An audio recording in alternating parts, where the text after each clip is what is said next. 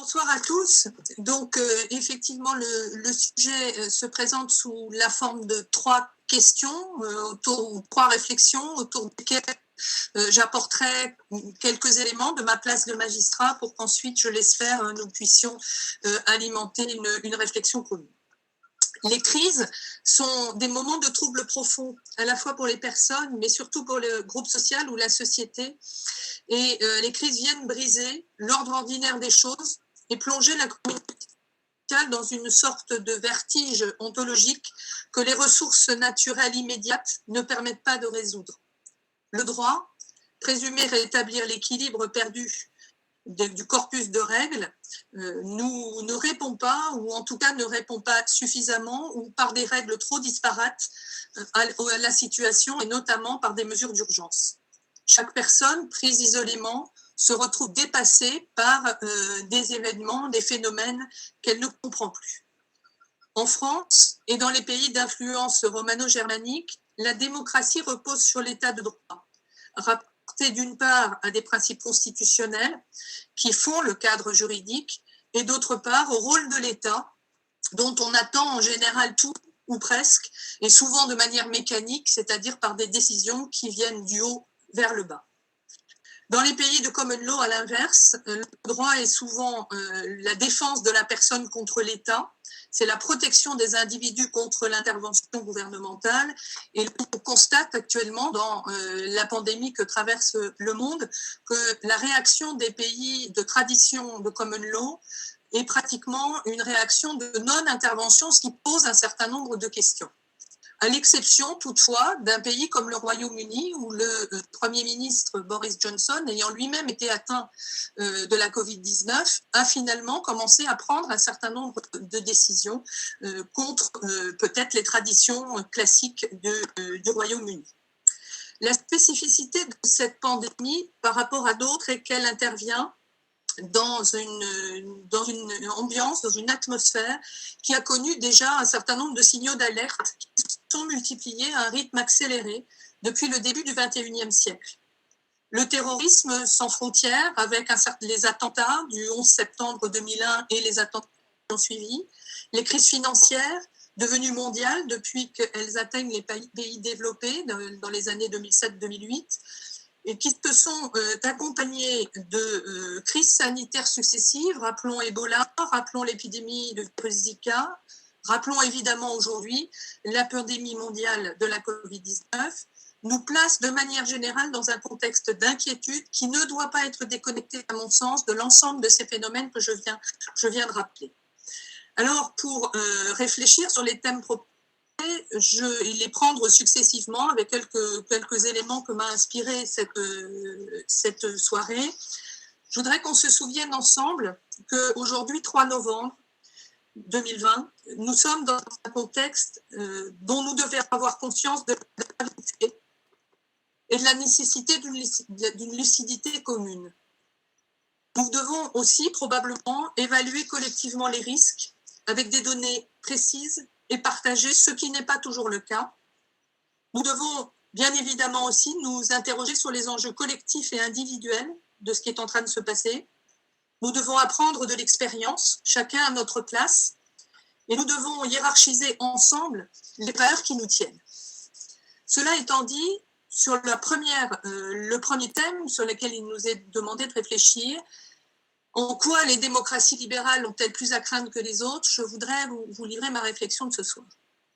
Dans ce monde en transition, où la mondialisation à la fois fragmentée et inachevée entraîne une superposition de modèles semblant incompatibles, nous assistons d'évidence, au fur et à mesure que les facteurs de crise s'étendent de manière diffuse et franchissent les frontières internationales, mais aussi internes aux États, aux régions, aux départements, aux zones publiques, privées, nous assistons à un brouillage des notions de paix et des notions de guerre.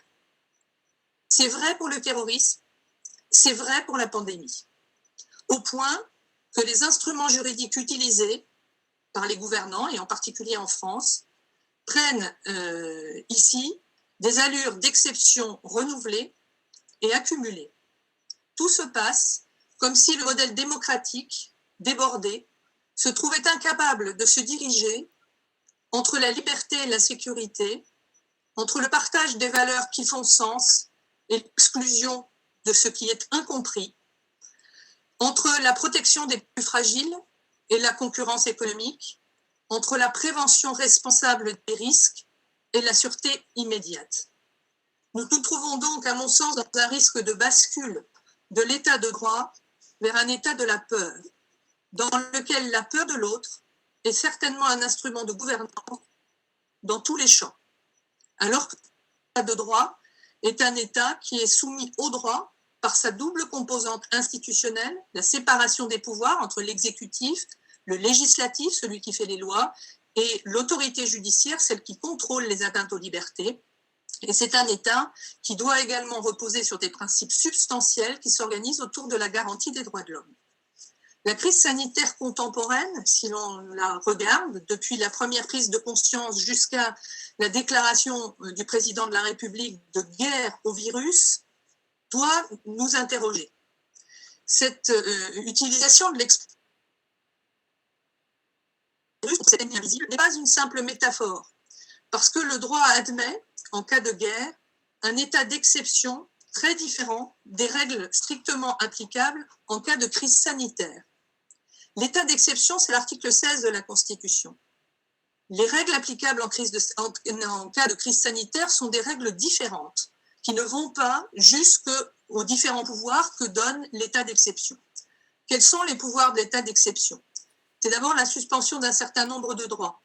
Ce sont des pouvoirs exceptionnels donnés à l'exécutif, et me semble-t-il, en exprimant symboliquement l'idée d'une riposte patriotique et nationale, la possibilité, sur ordre de l'exécutif, de mettre en place un régime dérogatoire, notamment sur le plan pénal, mais aussi sur le plan des libertés individuelles, que sont par exemple la liberté d'aller et venir, la liberté et le droit de recevoir les personnes de son choix, chez soi, mais aussi en EHPAD, la surveillance généralisée à laquelle il semble que nous assistions. Les premiers projets, lors du premier confinement, allaient jusqu'à l'isolement des personnes à titre préventif, jusqu'à des entorses au secret médical, des entorses au recueil du consentement des personnes. Le tout, alors que l'accès aux contre-pouvoirs, que sont notamment les recours au juge, en cas d'atteinte grave aux libertés, ont été très fortement limités au cours de la première période. Et même si la seconde période de confinement semble ouvrir davantage l'accès aux juridictions et aux juges, il faut rester évidemment vigilant sur ce qui se passera. Et puis, les risques importants de confiscation de tout le système de droit, que ce soit la justice, la police sanitaire ou la santé, au service d'un gouvernement qu'on pourrait qualifier d'un gouvernement de la peur, en ce compris des tentations d'une prédictivité à outrance. J'attire votre attention sur le fait que ce risque est évidemment majoré dans des États comme le nôtre, alors qu'il ne l'est pas de la même façon dans des États autoritaires du type la Chine, puisque les dispositions sur lesquelles repose ce type d'État ne sont pas les mêmes que nos démocraties occidentales. Le décret du 14 octobre 2020, pris pour tout le territoire au visa c'est-à-dire sur le fondement du Code de la santé publique, a déjà étendu le dispositif, non pas à 4 semaines, ce qui est par exemple le cadre qui est fixé dans le cadre des crises sanitaires, mais d'ores et déjà à 3 mois, avec toute la difficulté de savoir si le Parlement contrôlera les dispositions qui sont prises ou pas, et nous assistons à un débat d'ores et déjà entre le Sénat et l'Assemblée nationale. Deuxième type de question, les décisions en situation d'urgence. La situation d'urgence, c'est une situation qui présente un risque immédiat de préjudice grave pour la santé, la vie, les biens ou l'environnement. Il est donc nécessaire d'identifier les risques, quand on constate une situation d'urgence, d'identifier les risques, de prévoir les scénarios après une évaluation rigoureuse et en prenant les précautions nécessaires immédiates. Lorsque l'état d'urgence générale ou sanitaire est appliqué, la difficulté est que si l'on y prend garde, l'urgence peut devenir permanente dès lors que le péril, le risque, se prolonge sur une durée non prévisible, par exemple jusqu'à l'obtention d'un vaccin. Le risque à terme est encore une fois un risque de confusion entre la guerre et la paix. Au niveau global, il est important de rappeler que la Convention européenne des droits de l'homme protège encore l'état de droit.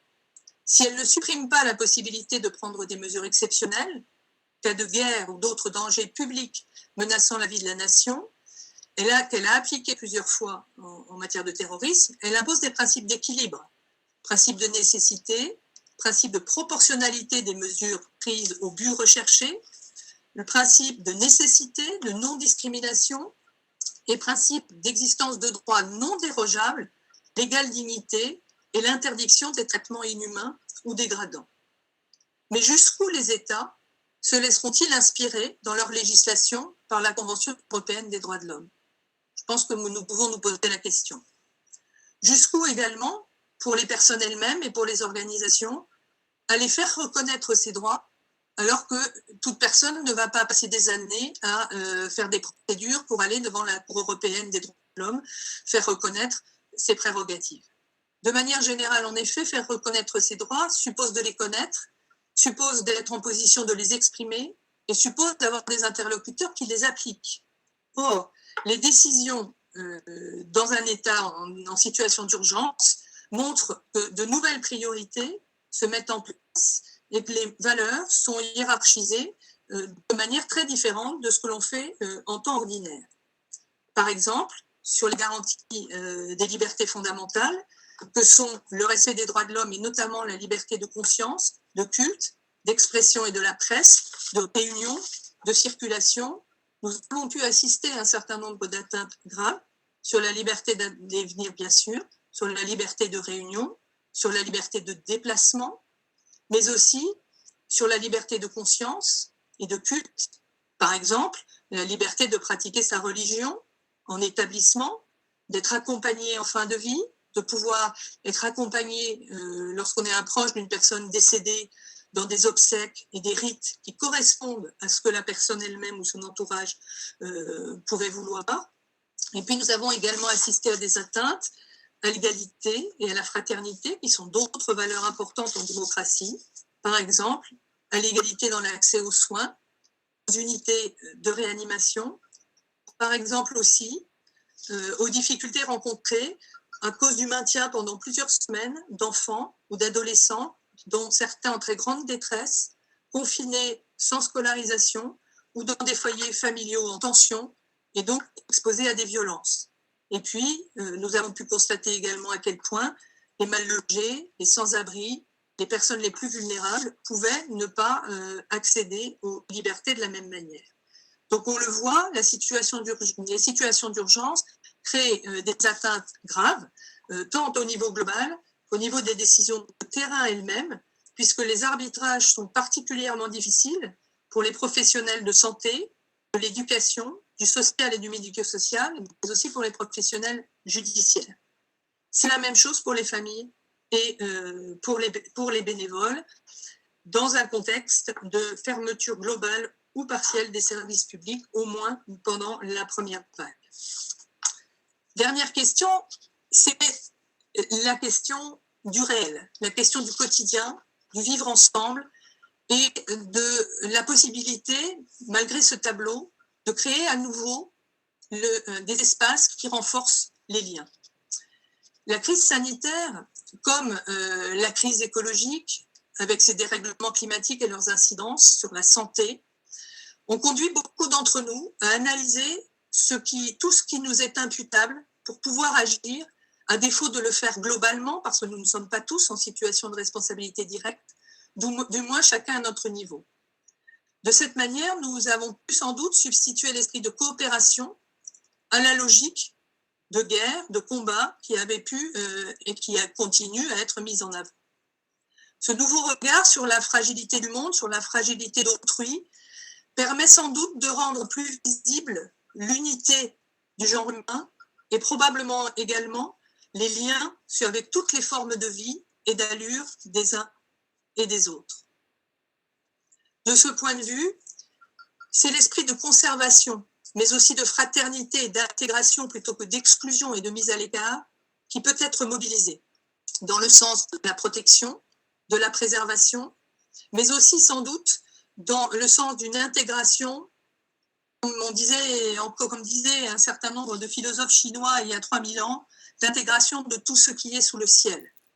Et c'est précisément dans cette dynamique qu'un certain nombre de professionnels, de bénévoles, de citoyens engagés ont, sur le terrain, fait un certain nombre d'actions qui leur ont permis, malgré les décisions prises dans ce contexte, malgré parfois des règlements extrêmement tatillons et des règlements qui incitaient à respecter des règles extrêmement fermes, à enfreindre ces règles pour y mettre les gestes d'humanité, notamment lors d'épisodes de fin de vie, mais aussi dans l'accompagnement quotidien, tels que le portage de repas, la remise d'argent à des personnes qui se trouvaient en grande difficulté compte tenu de la fermeture des banques ou des services sociaux, et qui ont permis également d'accompagner dans l'instant, à partir d'un socle fort, d'un socle de valeurs fort, à la fois les personnes les plus en difficulté, mais également leurs proches. Alors, pour terminer, j'attirerai votre attention sur ce qui pourrait peut-être être qualifié de prophétie d'Alexis de Tocqueville, qui avait imaginé ce que pouvait être le despotisme en démocratie. Il indiquait que nous pouvions être exposés à des sociétés de la peur et du contrôle permanent, et que ce serait alors un despotisme qui s'étendrait de manière relativement douce et dégraderait les hommes sans les tourmenter, couvrant la société d'un réseau de petites règles compliquées, minutieuses, uniformes, qui tendraient alors à fixer les humains dans l'enfance, à y réduire chaque nation à n'être plus qu'un troupeau dont le gouvernement serait le berger.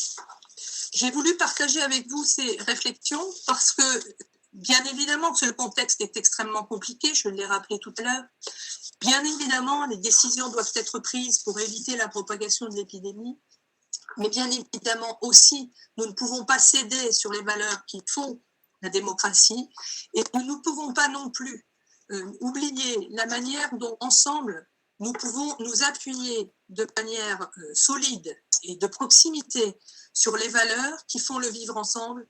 Et le lien, c'est en tout cas ce qu'au quotidien, je pense, chacun d'entre nous constate dans les actions qu'il peut mener et dans les débats qu'il peut avoir, aussi bien avec des proches qu'avec des professionnels ou des bénévoles. Je vous remercie. Merci beaucoup Anne pour cette intervention. Vous pouvez poser des questions, des commentaires dans le chat. Il n'y en a pas pour l'instant. Moi, je voudrais t'en poser deux, Anne, si tu permets. La première sur la fin de ton exposé, puis la deuxième, ce que moi j'en retiens le plus. Donc la première, c'est sur, si je comprends bien l'esprit un peu de la fin de ton propos, où tu soulignes l'esprit de fraternité et d'intégration, si je comprends bien, ce que tu appelles de tes voeux, c'est non seulement une préservation des valeurs de la démocratie, mais peut-être encore plus fortement une préservation des valeurs de la République, où il y a non seulement une préservation de la coexistence de différentes valeurs de la vie bonne, mais où il y a plus que cela, un principe de non-abandon, et même encore plus que cela, de solidarité par rapport aux plus vulnérables. Est-ce que j'ai bien compris là ce point de la fin? Oui, tu as très bien compris. C'est-à-dire que c'est une mise en perspective de ce que sont les valeurs de la démocratie. Les valeurs de la démocratie, elles s'appuient sur un état de droit dans un état comme la France. Et elles s'appuient sur la séparation des pouvoirs et sur à la fois le respect des droits de l'homme tel que je l'ai décliné, mais qui comprend aussi des règles pour prévoir les situations d'urgence. Et il s'appuie aussi sur la devise républicaine. Et la devise républicaine, c'est à la fois la liberté, mais les libertés en tant que droits de l'homme, et l'égalité et la fraternité. Donc c'est évidemment les deux. Merci beaucoup pour cette précision. Ma deuxième question, elle tient à quelque chose que je trouve que tu as formulé très très fortement, c'est le brouillage des notions de paix et de guerre, la situation de trouble ou d'inquiétude à la fois sur la santé, mais sur les vies et sur les droits. Et cette situation de brouillage des notions de paix et de guerre, juridiquement, elle emporte effectivement des effets majeurs parce que la logique n'est pas la même dans les deux situations, on n'a pas le même rapport au droit dans les deux situations. Le fait qu'on soit là dans une espèce de demi-teinte ou de clair-obscur entre les deux me fait de poser la question de savoir si on est durablement dans une situation de cet ordre-là où on est pas totalement en guerre, mais pas totalement en paix. Qu'est-ce qui permet dans cette situation-là de préserver ces valeurs démocratiques et républicaines? Et notamment, est-ce que c'est des nouvelles interventions, de nouvelles institutions, de nouvelles missions données à des institutions? Comment ça s'organise dans ce contexte tel que tu le décris? Alors, il y a eu une petite rupture de son. Ah, pardon. Ma question était... Si on est dans une situation de brouillage de ces catégories-là, comment on préserve les valeurs fondamentales? Est-ce que ça suppose de nouvelles institutions, de nouvelles missions à des institutions existantes? Comment on répond à cette situation inédite? C'est toute la difficulté, c'est-à-dire qu'à partir du moment où le choix a été fait de partir sur une logique guerrière contre le virus, c'est-à-dire déjà de poser la question de l'état d'urgence, article 16, c'est-à-dire l'état d'urgence en temps de guerre, et que par ailleurs vient s'ajouter d'une part un phénomène dont on ne connaît pas la durée, d'autre part d'autres événements, les événements récents qui viennent encore plus brouiller, qui sont les attentats terroristes. On a un brouillage de la confiance que peuvent avoir les citoyens dans le fonctionnement de leur démocratie, dont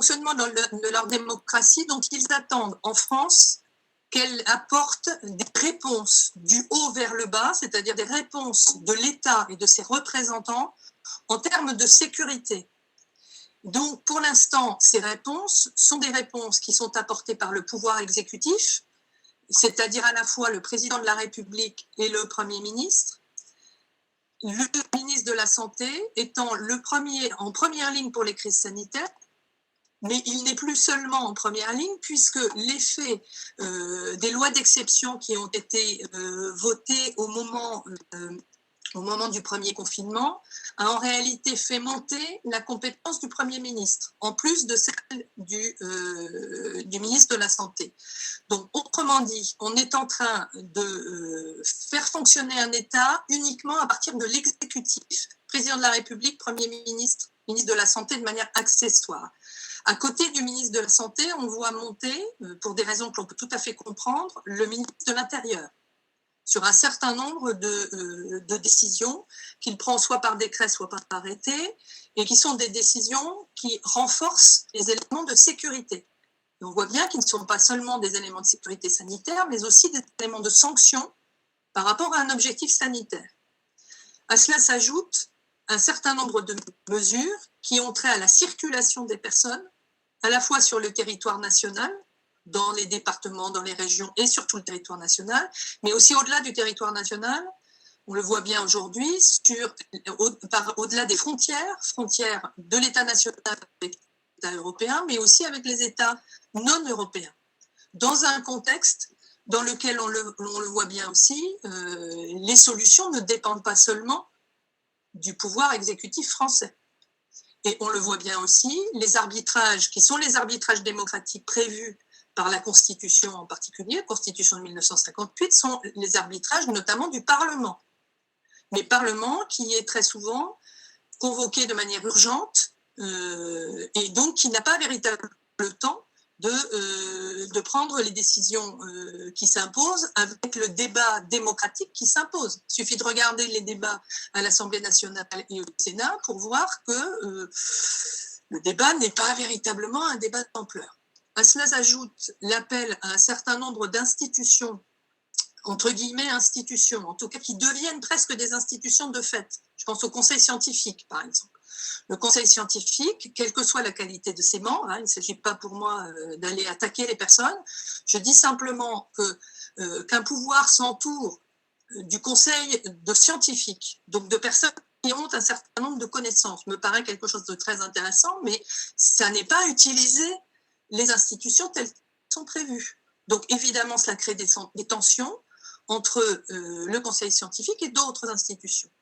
Si l'on y ajoute la difficulté qu'il y a à aller saisir les juridictions, Conseil d'État, juridiction judiciaire, Conseil constitutionnel, pour faire arbitrer lorsque des discussions sont en cours sur les atteintes portées aux libertés, cela veut dire nécessairement que nous sommes dans un moment qui est un moment extrêmement tendu. Alors ça, je dirais, c'est de la théorie, parce que cette théorie, c'est le fonctionnement général de nos institutions. Mais la difficulté majeure va être la manière dont chacun d'entre nous va supporter les nouvelles contraintes qui vont être posées par ce deuxième confinement. On voit d'ores et déjà un certain nombre d'élus, notamment des maires, prendre des arrêtés contraires aux dispositions prises par le gouvernement. On voit aussi un certain nombre de personnes s'affranchir des décisions prises par le gouvernement. Et donc, dans un contexte comme celui-là, le risque, c'est qu'effectivement, les valeurs sur lesquelles repose l'état de droit sont des valeurs légales, soit se trouvent en tension extrêmement importante avec un désarroi profond de la plupart de nos concitoyens. Pour en sortir, il est indispensable de s'appuyer sur les valeurs qui sont les valeurs fondamentales de la démocratie, de la République et de manière générale du débat entre les personnes lorsque les personnes souhaitent mettre en avant non pas simplement la sécurité, non pas simplement la liberté, mais le vivre ensemble en s'appuyant sur les droits des personnes, sur le rapport à l'autre, sur les valeurs éthiques que nous essayons au quotidien de faire vivre. Si nous ne le faisons pas au quotidien, le désarroi va s'amplifier, et ce désarroi s'amplifiant, je ne pense pas qu'il y aura forcément de nouvelles dispositions, une nouvelle constitution, mais probablement l'état d'urgence sanitaire deviendra un état d'urgence qui se rapprochera de l'état d'urgence de guerre de l'article 16.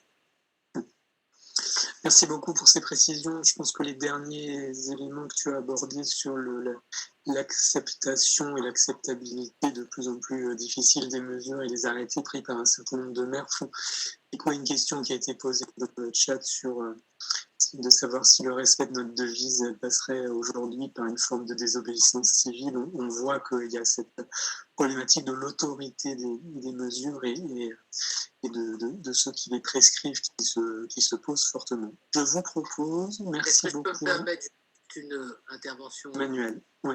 Juste pour remercier Anne, bien sûr, de son exposé brillantissime, et lui poser la question, si on va d'échec en échec au niveau de la décision politique, on peut recevoir effectivement même les contraintes, y compris le fait de mettre en cause un certain nombre de libertés publiques, bref, tout ce qui se passe aujourd'hui est recevable, pour autant que la décision politique permette de donner le sentiment à la population qu'on évite le pire et qu'on va vers un projet qui nous libère en quelque sorte de la dépendance du Covid.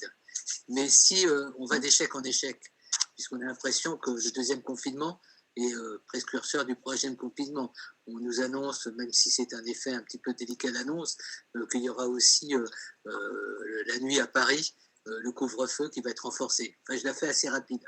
Donc, s'il n'y a pas des résultats, c'est-à-dire si ce à quoi on consent, contraint, mais avec la perspective que c'est pour faire avancer en quelque sorte la lutte contre le Covid-19, s'il n'y a pas de résultats et que ceux qui décident en solitaire sont mis en cause dans leur capacité de bien décider, est-ce qu'on n'est pas menacé par une rébellion publique, celle qu'on voit déjà s'exprimer dans certains pays, et celle qui exprime d'une manière un peu précurseur les commerçants qui perdent tout. Enfin, je ne vais pas rentrer dans le détail. C'est la question que je pose à Anne, parce que les valeurs de la démocratie peuvent être totalement remises en cause par l'échec des politiques qui sont aujourd'hui menées. Elles le seront d'autant plus si la rébellion est violente et massive. Et je crois que toute la difficulté, et on le dit depuis déjà pas mal de temps, il faut absolument que nos dirigeants expliquent de manière totalement transparente, cohérente, suivie, à la fois les éléments de constat, les risques, les dispositions prises et la manière dont nous pouvons collectivement et en proximité accompagner les personnes les plus fragiles sans mettre à bas complètement l'ensemble de la vie collective. Parce que là, on sent bien que c'est une des difficultés. C'est que si, à force de fermer, de restreindre toutes les libertés, nous arrivons finalement à une diffusion du virus qui pénètre les foyers, parce qu'on voit bien le discours, pénètre les foyers. Aujourd'hui, les enfants doivent mettre un masque à partir de 6 ans. Je ne suis pas scientifique, peut-être qu'il y a-t-il une raison, mais moi j'ai besoin qu'on m'explique de manière claire, et j'ai besoin qu'on m'explique aussi pourquoi on vient maintenant nous dire que quasiment à l'intérieur des foyers, il faudra mettre le masque nuit et jour.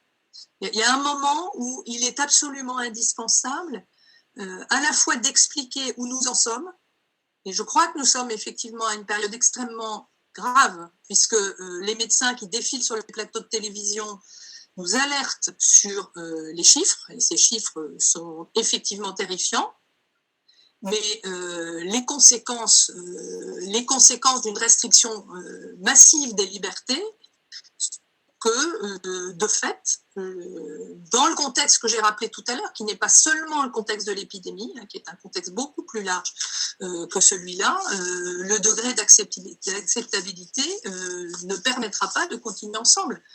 Donc, en tout cas, pour essayer tout de même de mettre du positif dans tout cela, il nous est absolument indispensable de continuer à travailler en proximité avec ceux qui le veulent et ceux qui essaient de se mettre à la distance acceptable pour chacun des mesures de restriction des libertés, de manière à pouvoir les adapter au cas par cas. Et c'est un magistrat qui le dit, hein, j'ai bien conscience de ce que je suis en train de dire, mais une application trop rigoureuse de règles incomprises amène forcément des réactions violentes.